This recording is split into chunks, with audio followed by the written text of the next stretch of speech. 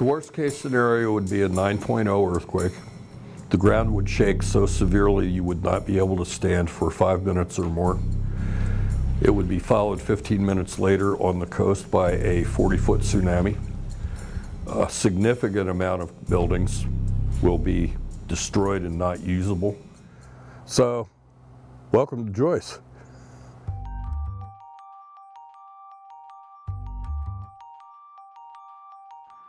Joyce, Washington is a pretty tiny town, or as Jim Buck says, You saw both ends of it without moving your eyes.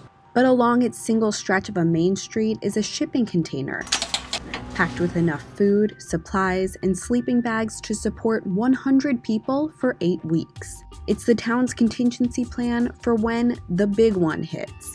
And Jim, a nearly 30-year resident and former state legislator, is the mastermind behind it. By 2000, the word was out that there was a possibility of an earthquake that would be a devastating variety to the whole Pacific Northwest. Remember that scenario at the beginning of the video?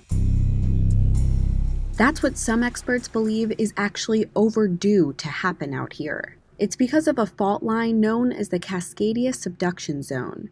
Experts say the quake could be a 9.0 magnitude, similar in scale to the one that devastated parts of Southeast Asia in 2004. That was a real wake-up call. I think that in the back of my mind was, geez, that's really terrible, but that's a third world country and we've got better stuff than they do and that can't happen to us. And about 9 months later, Hurricane Katrina came in and it did happen to us. That's when Jim started to research what a major quake would actually mean in his neighborhood. We have 72,000 people living in the county. We could lose 24,000 people in 30 to 60 days, simply because the area can't be accessed.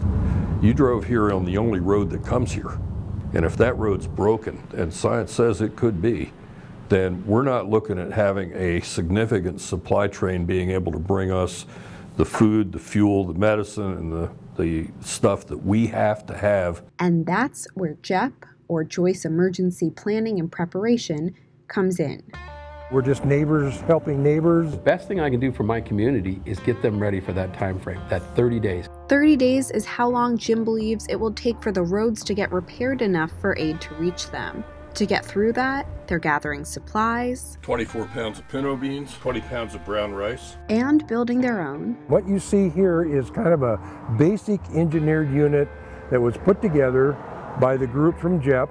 This unit can produce about 360 gallons an hour of purified water. They're helping neighbors become first responders. Yeah, we created a force of about 300 people that'll be able to move into their neighborhoods and give response. And doing outreach to people who haven't quite gotten on board with JEP yet. So this section is camping in your house. It started out that people were very dubious when Jim would put on presentations. We were getting responses in the community like, "Are you chicken little? The sky is falling." But then the last presentation, there was no place to park. It was everybody was getting on board. How many of you are prepared to be cold and wet and without supplies for more than 2 or 3 days? Of course, the hope is that they never have to put these skills to use. A lot of us out here believe it may not happen in our lifetime, but it will happen. So we can pass on these ideas and to other groups and people. We're more than happy to do that. If I can make a difference and save people's lives and protect their families and their properties, you don't get to do things like that very often in your life. I think that's pretty much the attitude that everybody has. Hope for the best, plan for the worst. So, there you go.